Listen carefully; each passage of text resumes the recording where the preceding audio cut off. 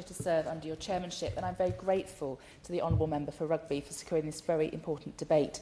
His speech was incredibly powerful, and I congratulate him for the work he is doing to support and empower his constituents to build those positive relationships and community. And it's also been really, really good to hear from other members today of the positive stories of their communities coming together and the very clear vision we clearly have in this room, and I know it is elsewhere amongst colleagues, that we can together create more cohesive communities. And we meet at a moment when communities across the UK are experiencing uncertainty and rising tensions, and yet alongside these challenges, we continue to see wonderful examples of solidarity, cooperation and everyday kindness. And our job as politicians is to empower more of the second through thoughtful policy so it can continue to flourish. Because community cohesion isn't built through rhetoric or grand gestures, it lives in those ordinary moments of daily life, in shared spaces, shared conversations, and the quiet confidence that difference doesn't threaten one's sense of belongings. It's also built through the everyday choices people make to treat one another with dignity and respect, and not through the divisive narratives that some, sadly even in this place, choose to deploy. But at the same time, many feel that the social contract, the belief that we all contribute to and benefit from a shared civic life, is under strain. Over the past decade, local authorities and community organisations have faced significant funding reductions.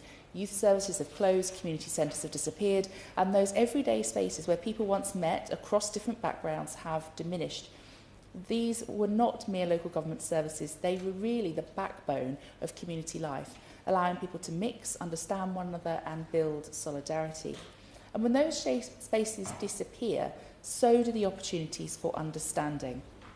Alongside all of this, many are now facing real pressure, difficulties accessing services, finding affordable housing or making ends meet.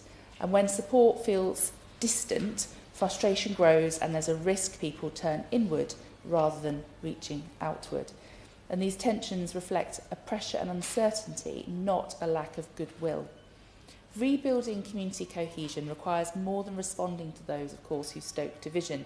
It requires reinvestment in the local institutions and services that allow our communities to meet and to thrive. Across the country, people are experiencing increasing hostility because of their race, their faith, sexuality or gender identity. Even incidents that fall below the legal threshold of hate crime, when they're repeated or unaddressed, they just erode trust and weaken community cohesion. Police forces are recording thousands of non-crime hate incidents each year. These are early warnings of tensions that can grow if ignored.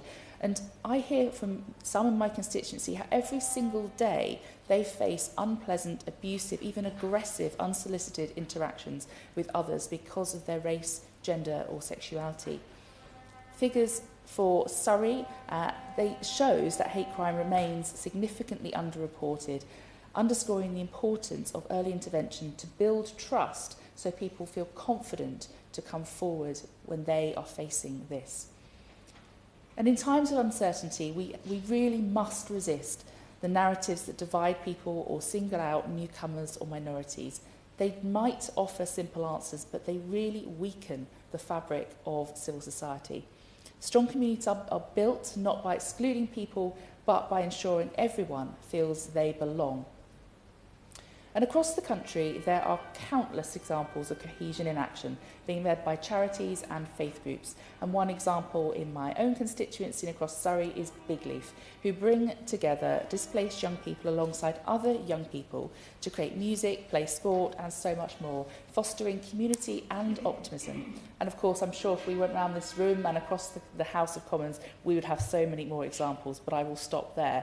What I really want to focus on today, though, is faith communities, not only because of their remarkable contributions, but also because many themselves are facing rising levels of abuse. Faith communities are deeply embedded in our society. They run food banks, warm hubs, support the vulnerable and the isolated, they provide safe spaces for dialogue, care and belonging. During Ramadan, for example, many mosques open their doors for shared meals and community outreach, powerful expressions of the values that underpin cohesion. I am honoured to chair the all-party parliamentary group on faith and society, and one of the things we have led on has been local faith covenants, and I've seen how these create practical frameworks for partnership between councils and faith groups. They help build trust, improve consultation and strengthen support for residents. Early feedback from current academic evaluation of the faith covenant framework shows it is indeed improving relationships and cooperation across the country. And I really hope that as local government reorganisation continues, that people will grasp the opportunity to instigate more faith covenants across the country, so that faith groups aren't just treated simply as stakeholders, but as trusted partners in the work we all want to see in our communities to build community cohesion. So I want to ask the Minister today, will she support faith covenants and other structured engagement like this at the local level as part of any community cohesion strategy? Speaking of community cohesion strategies, ahead of the general election, the Prime Minister wrote to faith leaders recognising the vital role faith communities play in the importance of partnership. And that recognition was welcome. Yet the progress on the actions he outlined has been slow. And I wrote last month to the Prime Minister asking about these promises, and in particular when we would see the community cohesion strategy. I haven't yet received a response, sadly, but I know that there are communities right across the country who want to contribute. They're ready to contribute, and they want to see clear national leadership on this. And as Liberal Democrats, we stand ready to work constructively with the government, local authorities, police, civil society and faith communities to help shape a strategy that reflects the realities of our communities. And a clear strategy would align national ambition with local actions. So can the Minister advise, when do we expect to see the community cohesion strategy being published? Which department is leading the work? And how will cross-government coordination be ensured? And in conclusion, community cohesion can't be built in Westminster alone. It's built in conversations between neighbours, in partnerships between councils and faith communities, in the extraordinary work of charities, and in the daily choices people make to choose understanding over division. But goodwill is not enough. Cohesion also, of course, requires national leadership, clear policy direction and adequate funding for local government to sustain the spaces and services that bring people together. It requires partnership frameworks like the Faith Covenant that build trust at a local level, and it requires a message of hope that unites people rather than divides. In every single conversation I have with charities, faith and community leaders, the same themes emerge. People want fairness, clarity, protection from hatred and the freedom to live their lives without fear. They want to be heard, they want to be included and part of the renewal of our society's welcoming and inclusive heart.